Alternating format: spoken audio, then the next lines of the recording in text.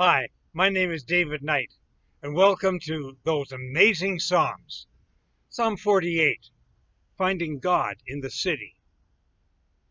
I'm standing here in uptown Waterloo, Ontario, a wonderful city that my wife and I call home. It's also the home to two universities. University of Waterloo is one of the leading computer science and engineering schools in the world. The Perimeter Institute, immediately behind me, is a research center into theoretical physics with brilliant people like the late Stephen Hawking as distinguished researchers. Across the street from me is the Center for International Governance Innovation, which is a think tank that addresses global issues of technology and international policy and leadership. This region is famous for its German Lutheran entrepreneurs and Old Order Mennonites who settled here 200 years ago and developed the farming and manufacturing roots of the city. Sadly, we're not as well versed on the stories of Aboriginal peoples who farmed and hunted here centuries before that. But I can tell you that the water we drink today comes from aquifers formed as glaciers retreated from this area 10 to 20,000 years ago.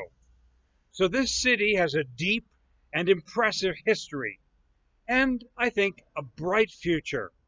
Immediately behind me runs the ION, which is our recent urban transit innovation designed to carry commuters well into the future. You might ask what any of this has to do with Psalm 48. Well, like me, the psalmist was bragging on his city, Mount Zion, the ancient city of Jerusalem. The psalm begins, "Great is the Lord and most worthy of praise, in the city of our God, his holy mountain." The psalm extols Jerusalem's natural setting, lofty and magnificent in the Judean hills, but God is the city's most praiseworthy feature.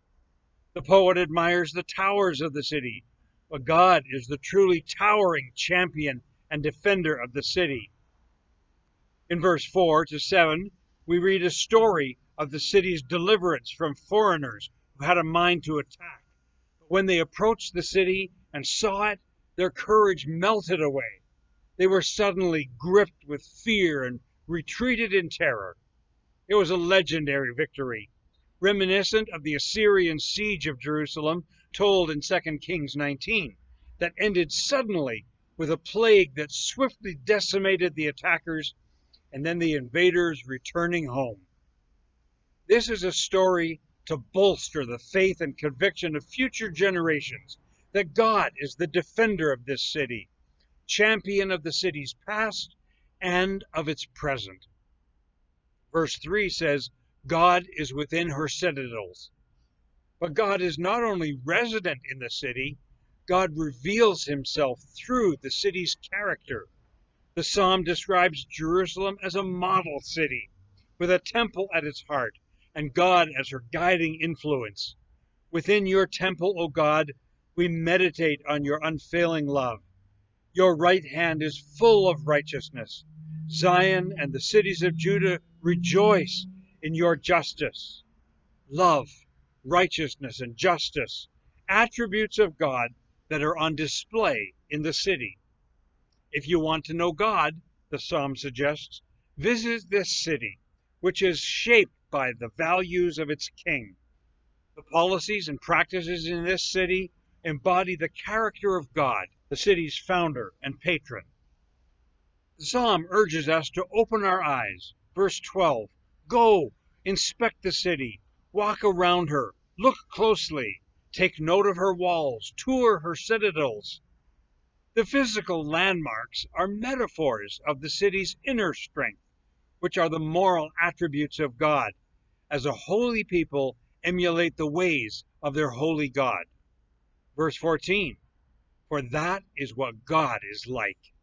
He is our God forever, and he will guide us until the end of time. So the poet envisions his city, its past, its present, and its future, as the joy of the whole earth, the supreme wonder of the world. That is the vision of this psalm, and that is God's intention for his special city. But sadly, the actual human experience fell far short of that noble vision. As Israel's kings drifted further and further away from God's standard of righteousness and justice, her prophets warned the city that disaster awaited them. And then, in the fateful year that we call 586 BC, Babylonians captured the city and burned it to the ground. The prophet Jeremiah wrote a lament for the city in which he quoted this psalm. Is this the city that was once called the joy of the whole earth? Decades later, Nehemiah and others helped to rebuild the city with this temple. But despite the prophets and the priests and the vigorous singing of the psalms, the city leaders could not resist the love of power. And Jesus knew that it would soon be destroyed once again. As he came into the city, Jesus wept over it. Oh, Jerusalem, Jerusalem, if only you knew, he wept. But the great virtue of this psalm is that it does not retreat from the city or suggest that you have a better chance of finding God out in nature. No, Psalm 48 says that you can find God in the city. So the psalm tells us in verse 12, go inspect the city, open your eyes, walk around and get familiar with the city, count its towers, take note of her walls, tour her citadels. This is a timeless challenge to God's people. Clearly, God loves the city. In the Sermon on the Mount, Jesus used the metaphor of a city on a hill to describe how his followers are to embody God's character in their daily lives. The book of Revelation describes the bride of Christ, the transformed people of God, as a city, the New Jerusalem, with city walls, gates, and streets, an urban river and trees.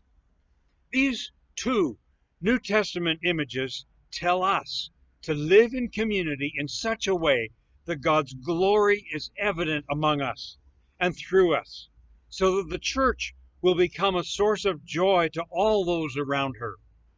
Go inspect her towers might mean to examine the strengths and weaknesses and opportunities of your church as a kingdom community and to explore how we might be a more vibrant city on our hill. Verse 13 says, do this so that you can tell the next generation.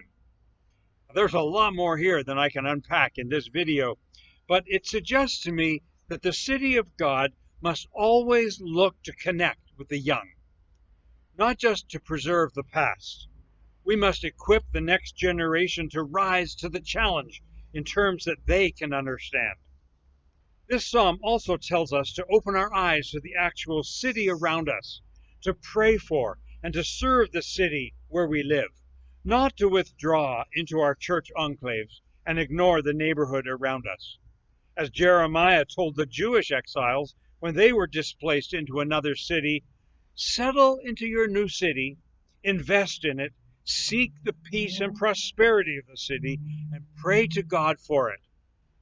What might it mean for a church to walk around their city and to get involved in its life, in its libraries and food banks and sports teams and neighborhood associations, to engage with the city in community development, or at the very least to do prayer walks around their city? I recently heard about a new church plant who made it their primary mission to bless the city into which God had called them. Imagine if several churches joined together to pray for and to serve their city, to make such a contribution that the city would one day say, one of the great strengths of our city is that network of churches that is relentless in practicing creative goodness, promoting justice, beauty and art, hospitality and love. Maybe that city on a hill would truly be the joy of the whole earth, or at least of that city. And maybe strangers might find God in their city through that community. Do you think it's possible? Can we do it?